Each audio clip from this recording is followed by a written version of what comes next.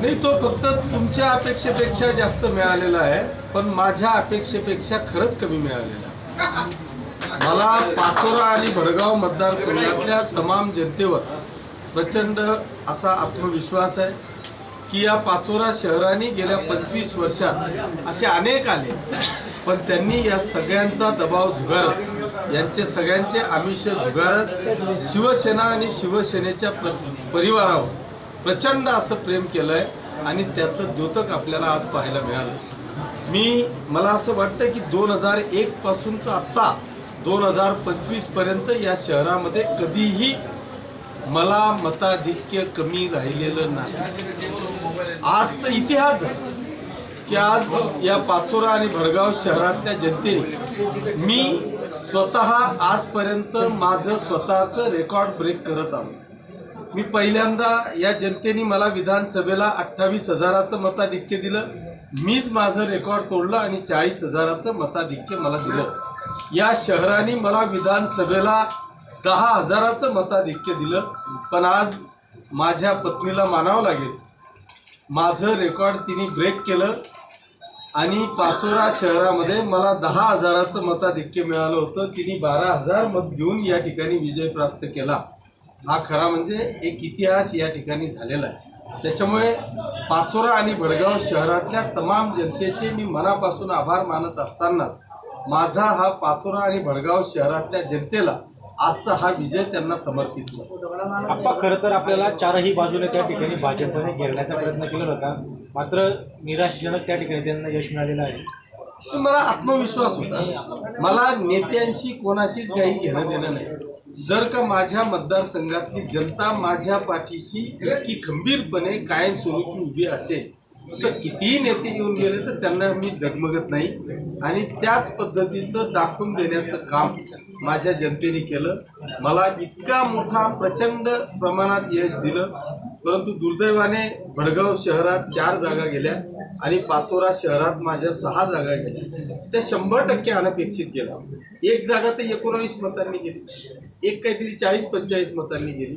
जो काय पराभव झाला त्या पराभवाला डायरेक्ट नाकारलं जनतेने असं अजिबात झालं नाही. कुठेतरी निसटता पराभव माझ्या पाचोरा शहरात आणि भडगाव शहरामध्ये झाला. माझ्या मते 100% जागा खालच्या पण आणि वरच्या पण ह्या निवडून आलेल्या आहेत असं मी समजतो. दुर्दैवाने ज्या काही पाचोरा शहरात 6 आणि भडगाव शहरात 4 जागा गेल्या, मी त्यांचं देखील माझ्या नगरसेवकांचं अभिनंदन करतो. परंतु दुर्दैवाने तो पराभव आपल्याला स्वीकारावा. मी त्यांचं मनापासून अभिनंदन करेल की त्यांच्या देखील पत्नी त्या ठिकाणी नगराध्यक्ष म्हणून निवडून आल्यात. खरं म्हणजे ते माझे मित्रच आहेत. इलेक्शनमध्ये या सगळ्या गोष्टी चालू असतात. ते इथं आले, त्यांनी त्यांच्या पक्षाचं काम केलं आणि मी माझ्या पक्षाचं काम केलं. जनतेने मला स्वीकारलं. मी जनतेचं मनापासून अभिनंदन करतो. मंगेश दादांचं देखील त्या ठिकाणी त्या ताई भारतीय जनता पक्षाच्या नगराध्यक्ष म्हणून निवडून आल्या, त्यांचं देखील मी मनापासून अभिनंदन.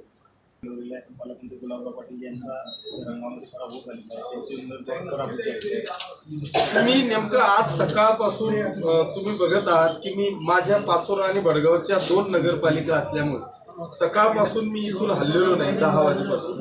त्याच्यामुळे नेमकं काय झालं मला माहीत नाही. पण ठीक आहे, जय पराजय ह्या गोष्टी चालू असतात. कुठेतरी चुका होतात, नंतर चुका दुरुस्त होतात. 100% म्हणजे या विषयावर तर मी माझ्या पाचोरा आणि भडगाव तालुक्यातल्या जनतेचं, मतदारसंघातल्या मतदार बांधवांचं मनापासून अभिनंदन करेन की ही जनता, मी पहिल्यापासून सांगतो की ही जनता फसव्या गोष्टींना, आमिषांना आजपर्यंत बळी पडलेली नाही. ती 100% विकासाच्या पाठीशी खंबीरपणे उभी राहिली आहे आणि ते आज त्यांनी दाखवून दिलंय की हो, आम्ही विकासाच्या पाठीशी खंबीरपणे उभे आहोत. आप्पासाहेब, खरं तर आपल्याला या ठिकाणी घेरण्यासाठी सर्व विरोधक एक झाले होते, परंतु त्याचा कुठेही परिणाम झालेला दिसला नाही. मी तेच म्हणतो तुम्हाला की विरोधक फक्त नेते एकत्रित झालेले होते. जनता मेरे साथ थी नाही. मला नेत्यांचा, मी पहिलेच सांगितलं, मला नेत्यांचा फरक पडत नाही. माझा कार्यकर्ता आणि मतदार शाबूत होता. त्याच्यामुळे मी कुठेही डगमगलो नाही. आप्पासाहेब पाचोऱ्यात आपण जर बघितलं तर माजी आमदार दिलीप वाघ यांचे पुत्र किंवा अमोल शिंदे जे आहेत त्यांचे काका यांचा देखील पराभव झालेला आहे. कुठेतरी प्रस्थापितांना नाकारण्याचं काम जनतेने केलेलं आहे. 100% जनतेने आज दाखवून दिलेला आहे. बरं, तो असा तसा पराभव झाला नाही. म्हणजे तिकडे 300-400 मतांनी झाला, इकडे 700-800 मतांनी झाला. आता किशोर बारावकर आमचा हाडाचा कार्यकर्ता गेल्या 25 वर्षापासून शिवसेनेचं प्रामाणिकपणे काम करतोय. म्हणजे मी तर म्हणतो ना, तर चलती फिरती अँब्युलन्स आहे. रात्री बेरात्री 24 तास कधीही जर का त्याला फोन आला तर त्या ठिकाणी 100% सेवेसाठी उपलब्ध राहील, असा आमचा शिवसेनेचा उपजिल्हा प्रमुख किशोर बारावकर आहे.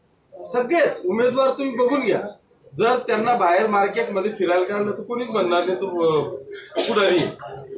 सगळे कार्यकर्ते जनसेवक आहेत, समाजसेवक आहेत आणि त्या समाजसेवकांच्या मागे माझी पाचोरा आणि भडगाव शहरातली जनता ही खंबीरपणे उभी राहिली.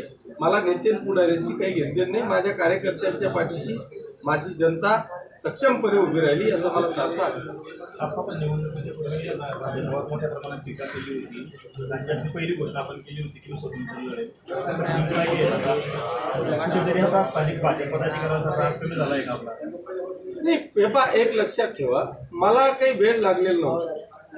मी माझ्या जन्मदिवसाच्या दिवशी 1 नोव्हेंबर 2025ला मी जेव्हा घोषणा केली, मी पहिली गोष्ट म्हणजे मी प्लेन माइंड राजकारणी माणूस आहे. असं झाकून लपून त्यांच्यासारखं नाही. माझं जे काय आहे ते क्लिअर कट ओपन आव्हान केलं.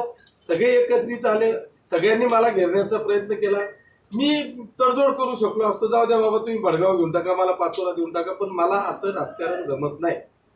माझा स्पष्ट आहे की आम्ही जर का लोकसभेला रक्ताचं पाणी करतोय, इतक्या प्रामाणिकपणे मी माझा शिवसैनिक काम करतोय आणि तुम्ही 4च महिन्यात आलेल्या विधानसभेमध्ये 10-10 वर्ष माझ्याशी गद्दारी करताय, अपक्ष उमेदवार उभा करताय, आमच्या पाठीत खंजीर खुपसताय, आमच्या विरोधात रसद पुरवली जाते आणि तरी जर का आम्ही सहन करणार असू तर ते आमचं रक्त नाही. आम्ही गद्दारी कधीही सहन करत नाही. जे काही प्रामाणिकपणा आमच्यातला आहे तो प्रामाणिकपणा आम्ही कायमस्वरूपी दाखवण्याचा प्रयत्न करतो. जेव्हा जेव्हा युती असेल त्याच्या वेळेस माझ्यासह एकही शिवसैनिक हा गद्दारी करणार नाही, पाठीत खंजीर खुपसणार नाही. एकदा निर्णय झाला तर त्या निर्णयाच्या पाठीशी तो खंबीरपणे उभं राहील. हे वारंवार आम्ही दाखवून देण्याचा प्रयत्न केला.